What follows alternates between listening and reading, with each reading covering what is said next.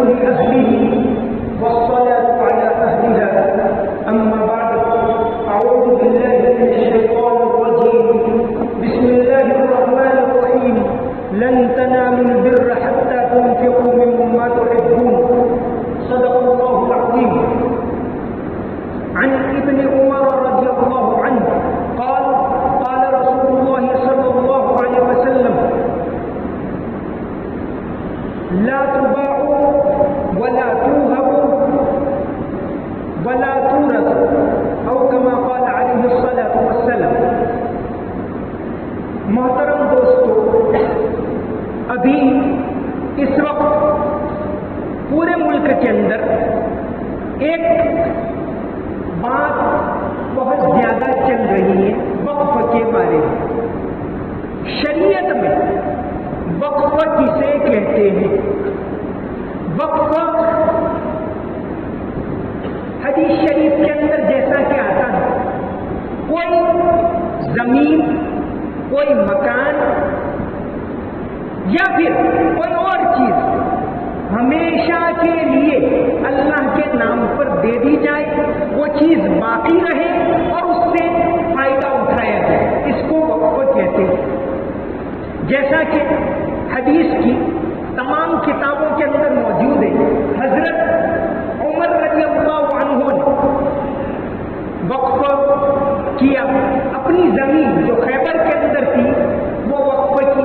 آپ صلی اللہ علیہ وسلم سے پوچھا، آپ نے فرمایا کہ اس سے تم لوگوں کو فائدہ پہنچاؤ، یہ کبھی بھی نہ تو بیچی جائے گی، نہ کسی کو بخشش میں دی جائے گی، اور نہ میراث میں دی جائے گی، اللہ کے نام پر ہوگی. تو جو جائیداد مکمل طور پر قیامت تک کے لیے اللہ کے نام پر ہو جائے اس کو وقف کہتے ہیں. حضرت ابو بکر صدیق رضی اللہ عنہ نے جیسا کہ آتا ہے وہ زمین مسجد نبوی کے لیے خریدی. آپ صلی اللہ علیہ وسلم نے جب وہ زمین دیکھی اور وہاں مسجد بنانے کا فیصلہ کیا، سہل اور سہیل نام کے دو لڑکوں کی زمین دی. آپ صلی اللہ علیہ وسلم نے حضرت ابو بکر صدیق رضی اللہ عنہ کو حکم دیا اور انہوں نے 10 دینار چکائے اور وہ زمین قیامت تک کے لیے وقف ہو گئی، مسجد نبوی کی زمین. حضرت عمر کے وقف کا میں نے بتایا کہ انہوں نے خیبر کی زمین وقف کر دی تھی اللہ کے لیے. حضرت عثمان رضی اللہ عنہ جب دیکھا مدینہ کے اندر پانی کی تکلیف، پانی بہت مہنگا ہے، لوگ پانی کے لیے پریشان ہیں. ایک کنواں تھا، روا کا کنواں، جہاں پانی بڑی مقدار میں تھا، لیکن اس کا مالک یہودی تھا، وہ زیادہ دام لے کر پانی بیچتا تھا، لوگ پریشان تھے. آپ صلی اللہ علیہ وسلم نے جب ترغیب دی تو حضرت عثمان رضی اللہ عنہ نے وہ کنواں خرید لیا، خرید کر اللہ کے نام پر وقف کر دیا کہ یہاں سے جو بھی پانی لینا چاہے مسلمان ہو چاہے غیر مسلم، وہاں سے پانی فری آف کاسٹ بغیر کسی رقم کے لے جا سکتا ہے، بھر سکتا ہے. تو وقف 2 طرح کا ہو. ایک وقف مذہبی دینی کاموں کے لیے، ریلیجیس کاز کے لیے، جیسے مسجد ہے، مدرسہ ہے. ایک وقف ہوتا ہے جو لوگوں کے فائدے، جیسے مسافر خانہ ہے، اسی طرح ہسپتال ہے، وہاں سارے لوگ فائدہ اٹھائیں کہ کوئی مذہبی فرق نہیں، کوئی امیر غریب کا فرق نہیں، سب اس سے فائدہ اٹھائیں. ایک وقف غریبوں کے لیے بھی ہوتا ہے، وہ ایک الگ طرح کا وقف ہوتا ہے. تو وقف کی بہت ساری قسمیں. ایک تو ہوتا ہے مذہبی کاموں کے لیے، ایک وقف ہوتا ہے جو رفاہ عام کے لیے، خدمت خلق کے لیے، لوگوں کی خدمت کے لیے.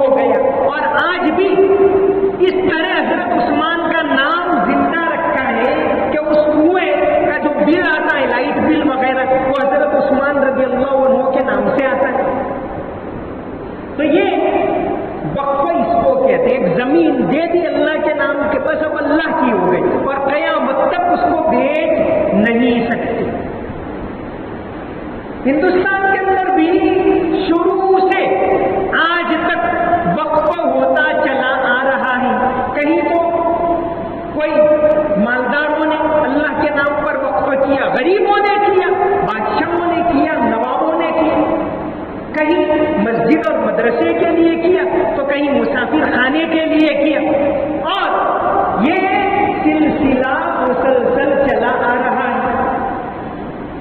آج ہندوستان کے اندر وقف کے لیے ایک نظام بنایا گیا۔ شریعت میں تو وقف اس کو کہتے ہیں کہ آپ نے ایک زمین اللہ کے نام پر دے دی اور وہ دستاویز کر کے متولی کو سپرد کر دی، اس کے وہیبت کرتا کو سپرد کر دیا، اب وہ وقف ہو گئی۔ اب وقف کرنے والے کا اس میں کوئی حق نہیں، اب وہ زمین اللہ کی ہوگی۔ اب وقف کرنے والا چاہے کہ میں اس سے کوئی فائدہ اٹھاؤں تو اب نہیں اٹھا سکتا، وہ اللہ کے لیے ہوگی، کوئی اس کو بیچ بھی نہیں سکتا، یہ اس کا شرعی قانون۔ بھارت کے اندر چونکہ وقف کی پراپرٹی، سب سے پہلی بات یہ ہے کہ غلط فہمی پھیلائی جائے کہ اس ملک کے اندر ریلوے کے بعد اور فوج کے بعد تیسرے نمبر پر سب سے زیادہ پراپرٹی اگر کسی کی ہے تو وقف کی پراپرٹی ہے، لیکن اس کو چونکہ منظم کر دیا تو بہت زیادہ دکھتی ہے۔ وقف بورڈ کی پراپرٹی ہے ہی نہیں، یہ تو کوئی گودرا میں وقف کیا تو یہ گودرا کے لیے ہے، کشمیر میں وقف کیا تو وہاں کے لیے۔ اگر اس طرح دیکھنے جائیں تو پھر تمام مذہب کے لیے کہ بھئی جگہ جگہ مندر تو ان کے پاس بہت ساری پراپرٹی، جگہ جگہ گردوارے ہیں ان کے پاس بھی بہت پراپرٹی، جگہ جگہ چرچ تو ان کی بھی بہت پراپرٹی ہے، مشنریز کے اسکول وغیرہ۔ لیکن چونکہ وقف کو ایک شکل دے دی تو یہ بڑا نظر آ رہا ہے۔ قبرستان کے لیے جگہ جگہ قبرستان ہوتا ہے، مسجد کے لیے تو یہ چونکہ منظم کر دیا۔ انگریزوں نے سب سے پہلے 1913 کے اندر ایک قانون بنایا، وقف ایکٹ، کہ بھئی وقف کی جو پراپرٹی ہے وہ ایک ترتیب سے اس کا انتظام ہو، اس کا وہیبت ہو۔ شریعت میں تو قانون یہ ہے کہ ایک چیز وقف ہو جائے اس کو بیچ نہیں سکتے۔